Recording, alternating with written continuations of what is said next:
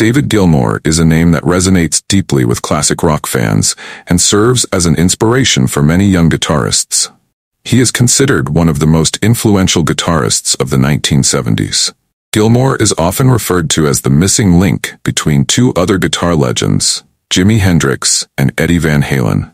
Although he may not be as flamboyant on stage as Hendrix or Jimmy Page, his guitar playing has its own unique appeal, capable of conveying deep emotions with every note he plays. Various renowned publications, including Rolling Stone, have recognized Gilmour as one of the greatest guitarists of all time. In 2011, Rolling Stone ranked him 14th on their list of the greatest guitarists, underscoring his significant influence and distinctive style. During his career with Pink Floyd, Gilmour developed a constantly evolving guitar style, combining various inspirations to produce a unique sound. His style is known for its profound melodies and controlled solos, prioritizing precision over speed. David John Gilmour was born on March 6, 1946, in Cambridge, England. From a young age, Gilmour showed a great interest in music, a talent that was fully supported by his parents. His father, Douglas Gilmour, was a zoology lecturer at the University of Cambridge, while his mother, Sylvia, was a teacher. This support laid the foundation for a life journey that would eventually change the world of rock music. In 1954, at the age of 8, Gilmour bought his first single, Rock Around the Clock by Bill Haley, marking the beginning of his interest in music. His love for music deepened a year later when he heard Elvis Presley's Heartbreak Hotel. However, what truly sparked his desire to learn guitar was the song Bye Bye Love by the Everly Brothers. Along the way, Gilmour borrowed a guitar from a neighbor but never returned it. This small action turned out to be the starting point of his long journey toward becoming a legendary guitarist. Gilmour began learning to play the guitar on his own, using guidebooks and recordings by Pete Seeger to understand basic techniques. Despite being self-taught, he showed remarkable talent and a high commitment to the instrument. Gilmour attended the Perse School, while Syd Barrett studied at Cambridgeshire High School for Boys. Although their schools were different, they often met because both schools were located on Hills Road, Cambridge. During their A-level studies, they would frequently spend lunch breaks playing guitar together. In 1963, Gilmour joined the band Joker's Wild. 3 years later, he decided to leave and try his luck busking with friends in Spain and France. Unfortunately, the earnings from busking were only enough to cover basic needs, and Gilmour eventually had to be hospitalized due to malnutrition. He shared this experience in an interview with Nicky Horn on BBC Radio in July 1992. Gilmour and his friends finally returned to England in 1967 using a van, with fuel obtained by siphoning from construction projects in France. David Gilmour's entry into Pink Floyd marked one of the most important moments in the band's history. The decision to add Gilmour as a guitarist in late 1967 occurred amid various challenges facing the band, particularly the health issues of Syd Barrett, a founding member and the band's main creative force. Syd Barrett was a central figure in the early days of Pink Floyd, not only as the lead guitarist but also as the primary songwriter and lead vocalist. He introduced the psychedelic and experimental elements that characterized the band's early music. However, over time, Barrett's mental health deteriorated. Excessive LSD use was believed to have worsened his mental condition, leading to drastic behavioral changes and instability during performances. He frequently lost focus, became unreliable during recording sessions, and sometimes could not perform on stage.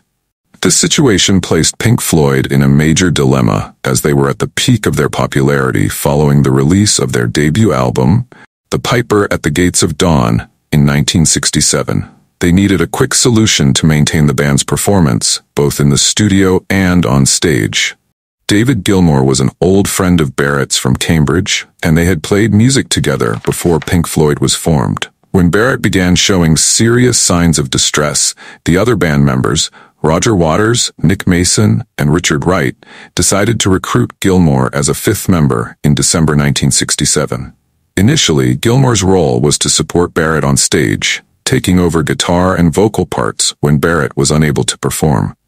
Gilmour, who already had experience playing in several local bands and busking across Europe, brought a different guitar technique and a smoother style compared to Barrett.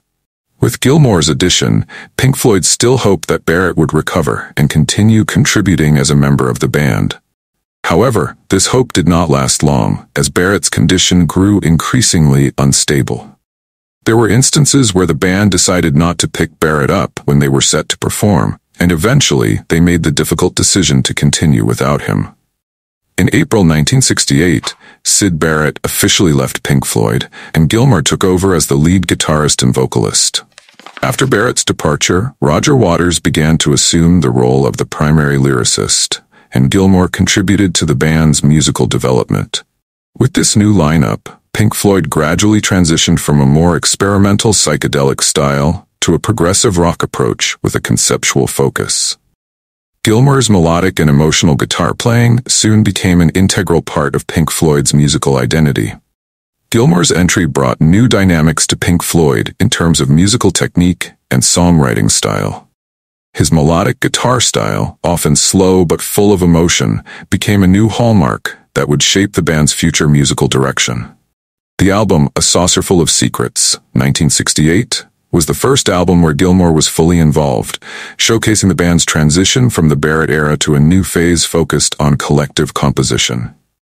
Gilmour's contributions continued to grow, and his creative role increased, particularly on iconic albums such as The Dark Side of the Moon, 1973, Wish You Were Here, 1975, and The Wall, 1979. Gilmour's distinctive guitar sound and strong vocal ability helped Pink Floyd reach the peak of creativity and commercial success. David Gilmour, the legendary guitarist of Pink Floyd, has been married twice in his life. His first marriage to model and artist Virginia Ginger Hazenbein took place in 1975, and they had 4 children together. Although they eventually separated in 1990, Gilmour maintained a good relationship with his ex-wife for the sake of their children. Then, in 1994, Gilmour married journalist and lyricist Polly Sampson, who also contributed to writing several Pink Floyd songs, including works on the album The Division Bell. This marriage significantly influenced Gilmour's life, not only personally but also musically, as Sampson has been a creative partner supporting his work. The couple has 3 children together and has maintained a stable family life, often sharing interests in the arts and philanthropic activities. Got to go with the flow. Yeah, absolutely. So do you want to play it with us on tomorrow night? On the stage, here, in St. Mark's Square? He plays in the streets of Venice for you every day. He's going to play the wine glasses. Gilmour has also been involved in various philanthropic activities, supporting charitable organizations focused on education, the environment, and mental health. In May 2003, Gilmour sold his house in Little Venice, London to Earl Spencer and donated £3.6 million to a project for building shelters for the homeless and mentally ill. Among the organizations Gilmour has supported are the European Union Mental Health and Illness Association, Greenpeace International, the Lung Foundation, Crisis, and PETA. For his social contributions and recognition of his musical career, Gilmour was awarded a CBE in November 2003. In addition to being a musician, David Gilmour is an experienced pilot with a deep interest in aviation. He founded a company called Intrepid Aviation, which focuses on preserving and collecting historic aircraft. Through this company, Gilmour managed to gather various rare planes, demonstrating his strong interest in aviation history apart from his music career. In 2006, Gilmour stated that Pink Floyd would probably never tour or write new material again. "I think it's enough. I'm 60 years old. I have no desire to work that much anymore. Pink Floyd was a significant part of my life. I've had wonderful times, but it's over. For me, it's much easier to work alone." On November 7, 2014, Pink Floyd released The Endless River. Gilmour said that this album would be Pink Floyd's final studio album, stating, "I think we've managed to get the best out of what we have. It's a shame, but this is the end." There was no supporting tour as Gilmour felt it would be impossible without Wright.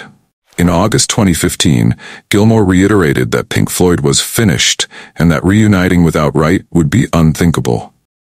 After Pink Floyd officially ceased activities as a band, David Gilmour continued his career as a solo musician.